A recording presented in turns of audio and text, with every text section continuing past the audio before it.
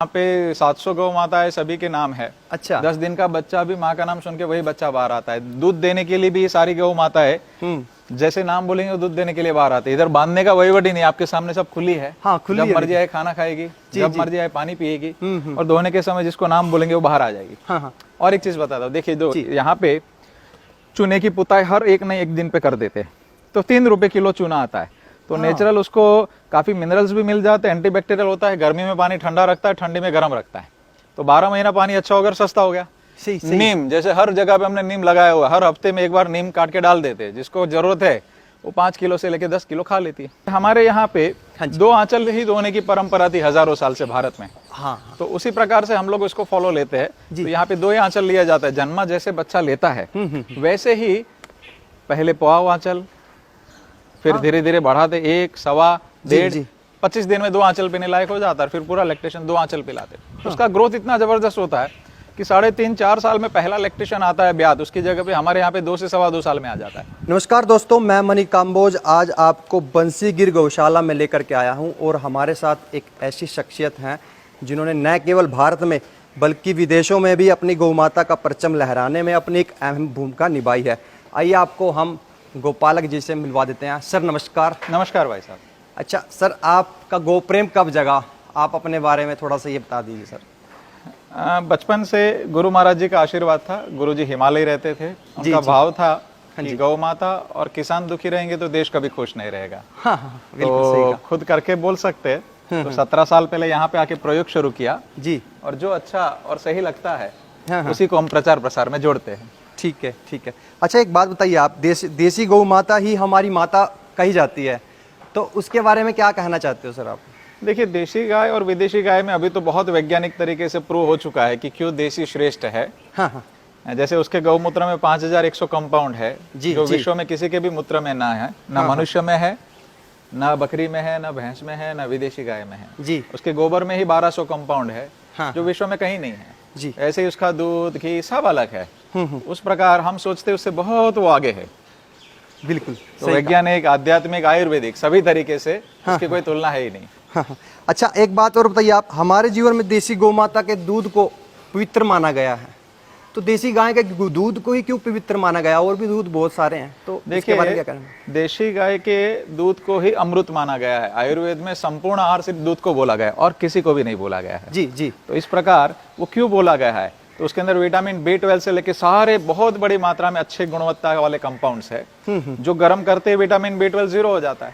तो तंदुरुस्त गौ माता का कच्चा दूध पीना, अच्छा, वो श्रेष्ठ है। और दूध को किसी के साथ जमता नहीं है, तो आयुर्वेद की पद्धति से पीना, तो वो हम भूल चुके हैं। वो डिफरेंस बहुत बड़ा है। तो मेरी एक ही विनती है कि सही ढंग से दूध पीना हमें सीखना पड़ेगा, और देशी गाय के दूध को कैसे पीना, कौन सी गाय का पीना, वो बहुत मैटर करेगा। तो भारतीय सभी गौ वंश को अच्छे से हम लोग पालन करके हमारा भी पोषण होगा और धरती माता का भी पोषण होगा। हाँ। अच्छा एक और बात आपसे मैं जानना चाहूंगा सर, कि देसी गौ माता कम होती जा रही हैं जी, तो उसका क्या कारण आपको देखने को मिलता है? आप उसके बारे में क्या कहना चाहते हैं? सिर्फ दूध को हमने जब केंद्र में रखा ना, तब से दिक्कत हो गई। तो दूध ऊंचा नीचा होता है, सबकी नजर ऊंची नीची होती है। तो हमने गोबर को मुख्य प्रोडक्ट बनाया। भले इन गौ माताओं के दूध अच्छे है जी, लेकिन अगर दूध नहीं देती है फिर भी हमारे लिए वो पूजनीय है, क्योंकि हमने गोबर को खेती के अंदर इसका मुख्य उपयोग किया। तो यूरिया, DAP और पेस्टिसाइड हफ्ते में ही बंद हो जाता है।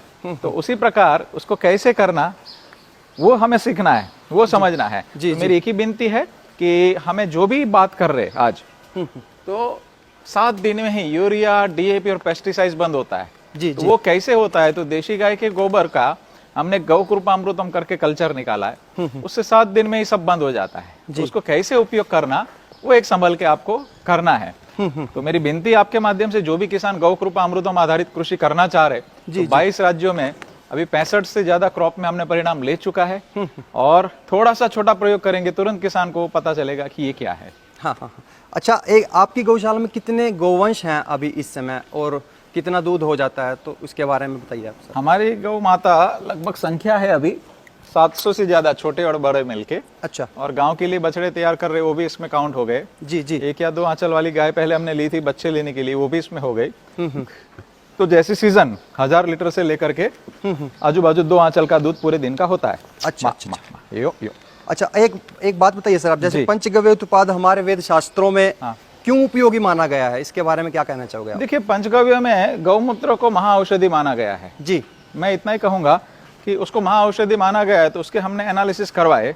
जैसे उसके अंदर हमने गिलोय को कंसंट्रेट किया, मर्दन किया, तो उसका गुणवर्धन हो गया। अच्छा। तो वो हमने काफी बड़ी मात्रा में पेशेंटों में लाभ लिया। वैसे ही घी को 8 साल पुराना किया, तो घी को सबसे बड़ी औषधि में से कहा गया है, जितना पुराना होगा उतना और गुणदायक हो जाएगा। हाँ हाँ। तो वो घी को हम लोग 10 प्रकार के घी बनाते हैं।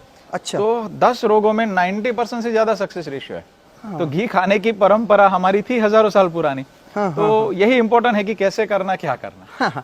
अच्छा, एक बात बताइए, आप गौ माता का नाम लेकर पुकारने का क्या महत्व है आपके हिसाब से? देखिए, यहाँ पे 700 गौ माता है, सभी के नाम है। अच्छा। 10 दिन का बच्चा भी माँ का नाम सुन के वही बच्चा बाहर आता है। दूध देने के लिए भी ये सारी गौ माता है, जैसे नाम बोलेंगे वो दूध देने के लिए बाहर आते हैं। इधर बांधने का वहीवट ही नहीं, आपके सामने सब खुली है। हाँ, खुली जब है। मर्जी आए खाना खाएगी, जब मर्जी आए पानी पिएगी, और दोहने के समय जिसको नाम बोलेंगे वो बाहर आ जाएगी। हाँ। और एक चीज बताता हूँ, देखिए, दो यहाँ पे चूने की पुताई हर एक नहीं एक दिन पे कर देते हैं, तो 3 रुपए किलो चूना आता है। तो नेचुरल उसको काफी मिनरल्स भी मिल जाते हैं, एंटीबैक्टीरियल होता है, गर्मी में पानी ठंडा रखता है, ठंडी में गर्म रखता है। तो 12 महीना पानी अच्छा होगा, सस्ता हो गया।